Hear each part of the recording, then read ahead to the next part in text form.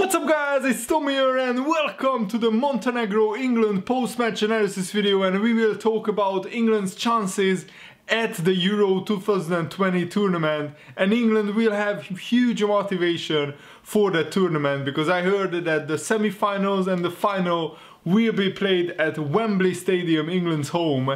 And this was actually on paper a lot tougher game than what England made it look like, because Montenegro away is usually a very hostile and very tough ground to play at, but England never got out of second gear and they demolished Montenegro, even though Montenegro scored with their first shot on target, believe it or not. And let me know guys, what do you make of England and what do you make of England's chances at the Euros? I think they are one of the favorites for the tournament, one of the dark horses, and alongside France and Spain and maybe Germany, England are definitely in the top 4 nations who could win the whole tournament. So I think that England are on a very good path, on a very good way, and this is still a very young England team. They have some experienced players already, but the bulk of this England team is a very young and very talented team. And what I really like about this England side is that they are playing with no fear and they are playing without the pressure that maybe the generation of Gerrard, Lampard, Scholes, Michael Owen, Wayne Rooney played, because that was apparently the golden generation, the generation where David Beckham captained the England side, and that England side was hyped up so much by the media, and they put the English media put so much pressure on that England side to win the World Cup or to win the Euros, that they just couldn't really fulfill that. I feel that maybe after a lot of unsuccessful tournaments, finally the English media realized that they shouldn't really hype up the England team so much and just support them, because that's what brings the best out of England, in my opinion.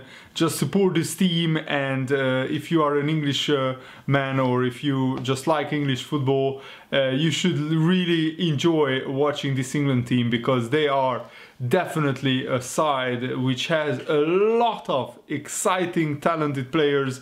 Hudson-Odoi really impressed me today, and I don't understand why he doesn't start more games for Chelsea, because he looks like a player that terrifies defenders. Every time he was running at the Montenegro defenders, yes, I know that they are not the best defenders in the world, but he has pace, he has a trickery, he has skills. He has such good ball control, he has a great dribbling, good shot on him, and Barkley scored after a Hudson-Odoi assist, and also he could be as good as Raheem Sterling is, and Raheem Sterling has proved me and a lot of his doubters wrong, because after he left Liverpool, where he couldn't really finish his chances, he was lacking in his decision making, he really grew into a world-class winger who is now scoring goals for fun, both for Manchester City and for England.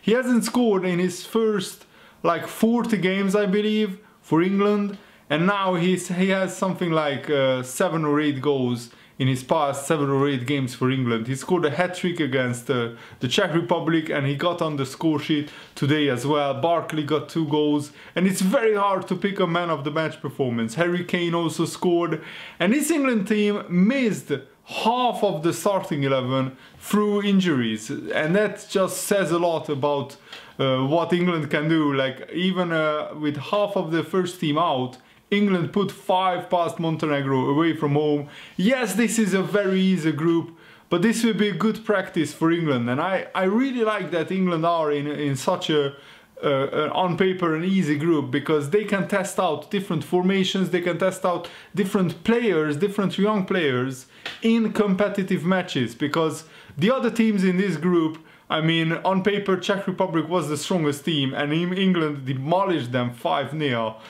just a few days ago. And there is Montenegro, who on paper, again, this was a tough game, but England demolished them as well. They have Bulgaria, Kosovo, teams like that, honestly, England really should be winning this group at a canter, and I think they will. I mean, they scored 10 goals in 2 games, and these were on paper 2 of the toughest games in the group.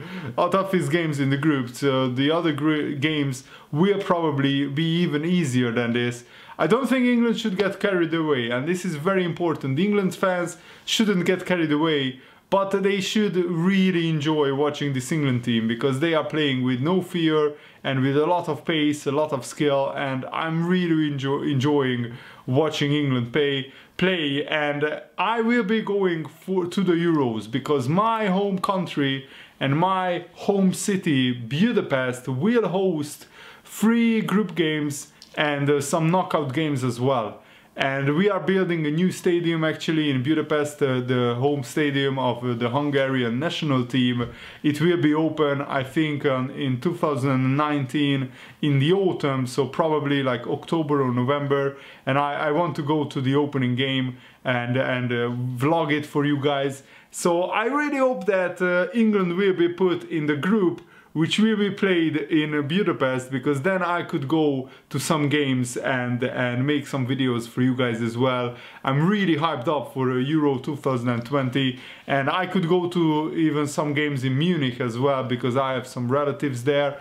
So let me know if you guys would be interested in watching some real life videos from the Euro 2020 tournament. It's going to be a very exciting tournament. I think England can realistically target the semi-finals. That's where England should get. And I'm still a little bit disappointed that England couldn't get to the World Cup final, because they had such a golden opportunity against Croatia. But on the day, maybe Croatia were the better team. But with a good draw, England can again go to the semi-finals in the Euros as well. So I'm really looking forward to that tournament. So let me know, what did you think of this game, and who caught your eye in this England team? And I think France are the outstanding favorites to win the whole European tournament. And I was actually surprised to see Portugal, who are the reigning champions of the European Championships, they failed to win their first 2 games. And considering that their first 2 games were both at home, Portugal could have struggled to qualify to the tournament that they are actually the holders of. And there is no rule anymore that the holders of a World Cup or the holders of the Euros get automatically qualified for the whole tournament. That rule was destroyed, and I really like it, because now even the world champions France will have to qualify to the World Cup, for example, or in Portugal's case, Portugal are the European champions, and they have to qualify for the Euros, and they might miss out, especially now because you know, with Ronaldo getting taken off, he suffered some kind of injury. I didn't watch the Portugal game, so I don't really know what kind of injury it was, but Ronaldo had to be substituted after 33 minutes, and Portugal really struggled to put any pressure on their opponents, the Serbia, because they had 17 shots Portugal in the second half and only 1 on target. But let's talk a little bit more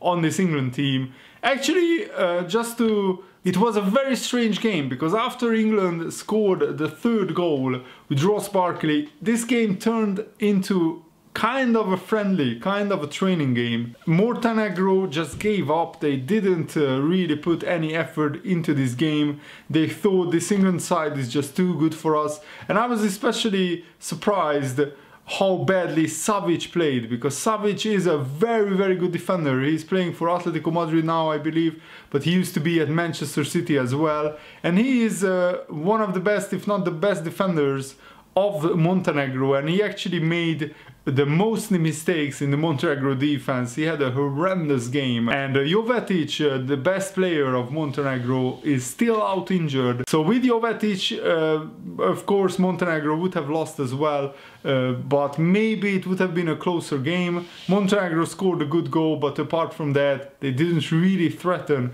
the England goal a lot. And England, honestly, they didn't break a sweat. They didn't get out of second gear, and they still scored 5 goals. So if England went with 100% effort, it could have been 7 or 8, honestly. That's just my opinion. But let me know what did you think of the game and who is your favorites to win the Euro 2020 tournament. Let me know in the comments below, and thanks for watching. Hope you enjoyed this. See you later, guys. Goodbye.